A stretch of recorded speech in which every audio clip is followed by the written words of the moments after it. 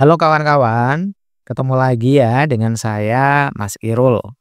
Masih di channel Yuk Cari Tahu. Nah, sobat YouTube, pada kesempatan ini saya akan coba berbagi informasi sekaligus menjawab pertanyaannya kawan-kawan yang berkaitan dengan verval ijazah pada info GTK.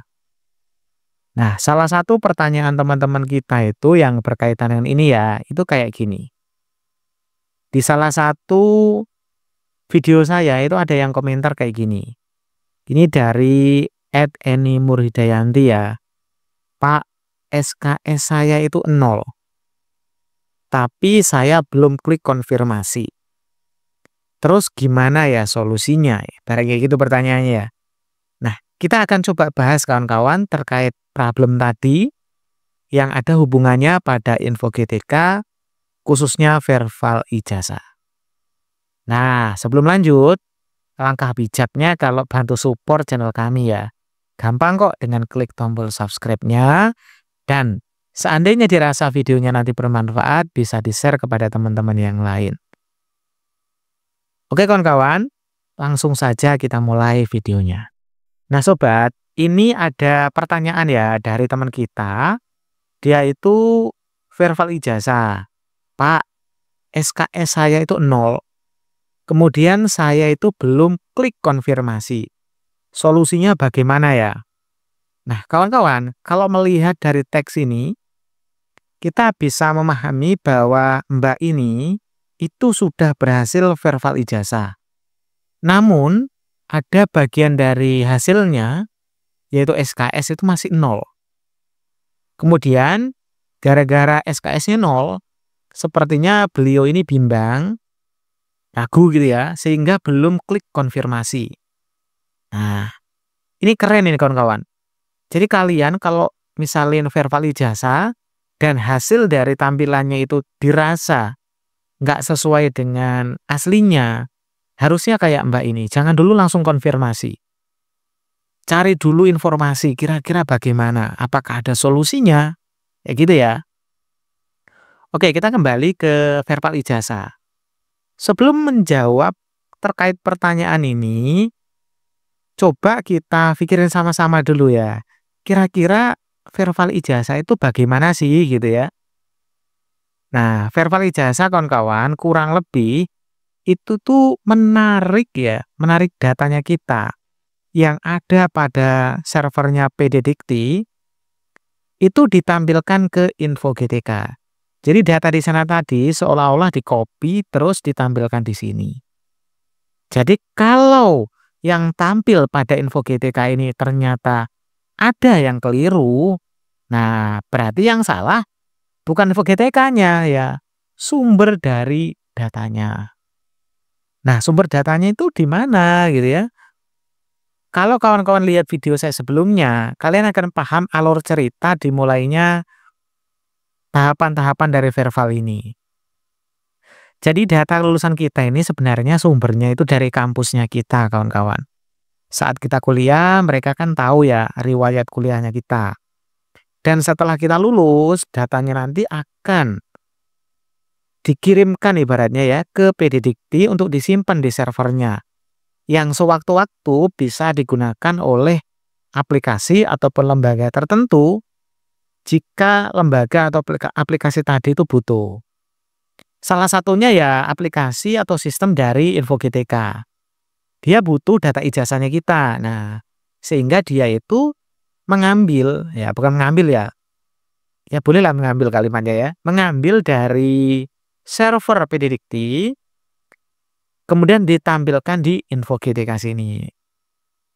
Nah sekarang hasil yang ditampilkan ini bisa tepat, bisa benar, atau bisa keliru, tergantung sumber datanya. Nah contohnya ini warna merah ini berarti ada kekeliruan misalnya. Terus ini juga masih ada keliruan. Yang warna hitam juga bisa saja keliru. Nah sekarang kalau keliru, cara nanggapinya bagaimana? Nah gitu kan.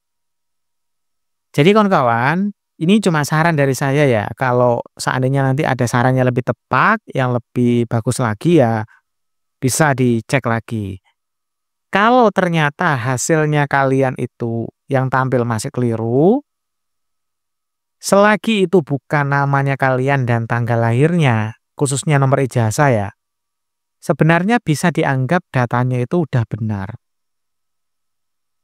Maksudnya gini, kalau namanya tepat, nomor ijazahnya udah sesuai, dan NIM-nya juga udah sesuai gitu ya, itu sebenarnya dianggap benar-benar datanya kita. Berarti kita anggap datanya benar. Maksudnya benar di sini bukan isinya benar ya, tapi benar-benar milik kita. Sesuai dengan penjelasan dari BGP dulu kayak gitu ya. Jadi benar-benar miliknya kita, tapi isinya bisa saja salah. Jadi, kalau kawan-kawan mau menggunakan verbal ijazah ini untuk keperluan yang mendesak, kalian sebenarnya bisa konfirmasi. Tapi lebih bijak lagi, kalau hasilnya di sini ternyata masih ada yang keliru, saran saya perbaiki dulu di kampus.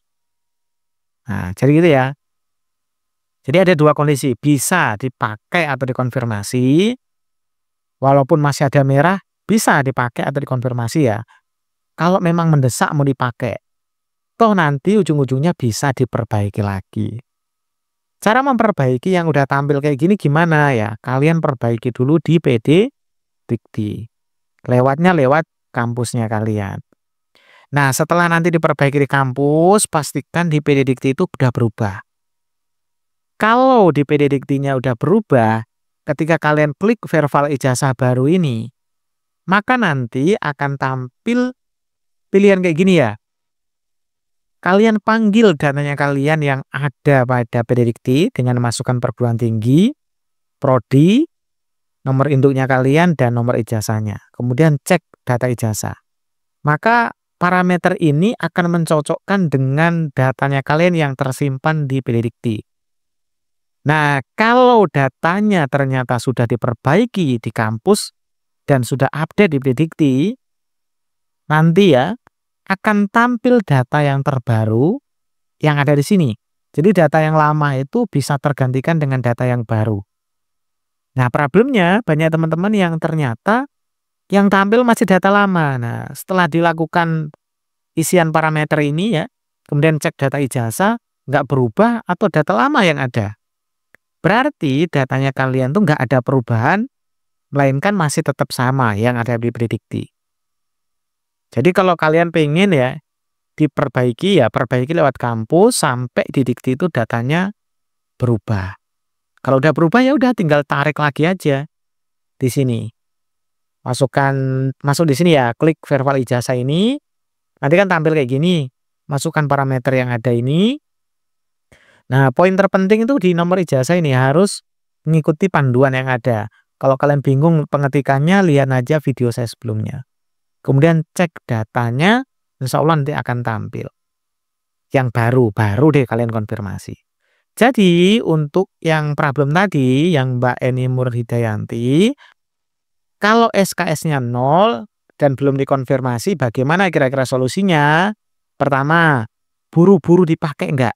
Nah gitu ya, kalau buru-buru dipakai dalam hitungan hari, bisa dikonfirmasi, enggak masalah. Tapi kalau seandainya nggak buru-buru, saran saya perbaiki dulu. Memperbaikinya di mana? Di kampusnya.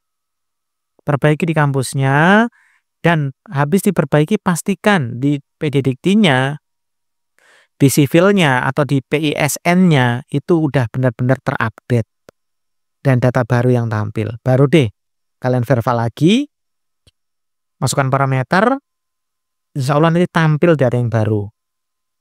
Kemudian klik bagian konfirmasinya.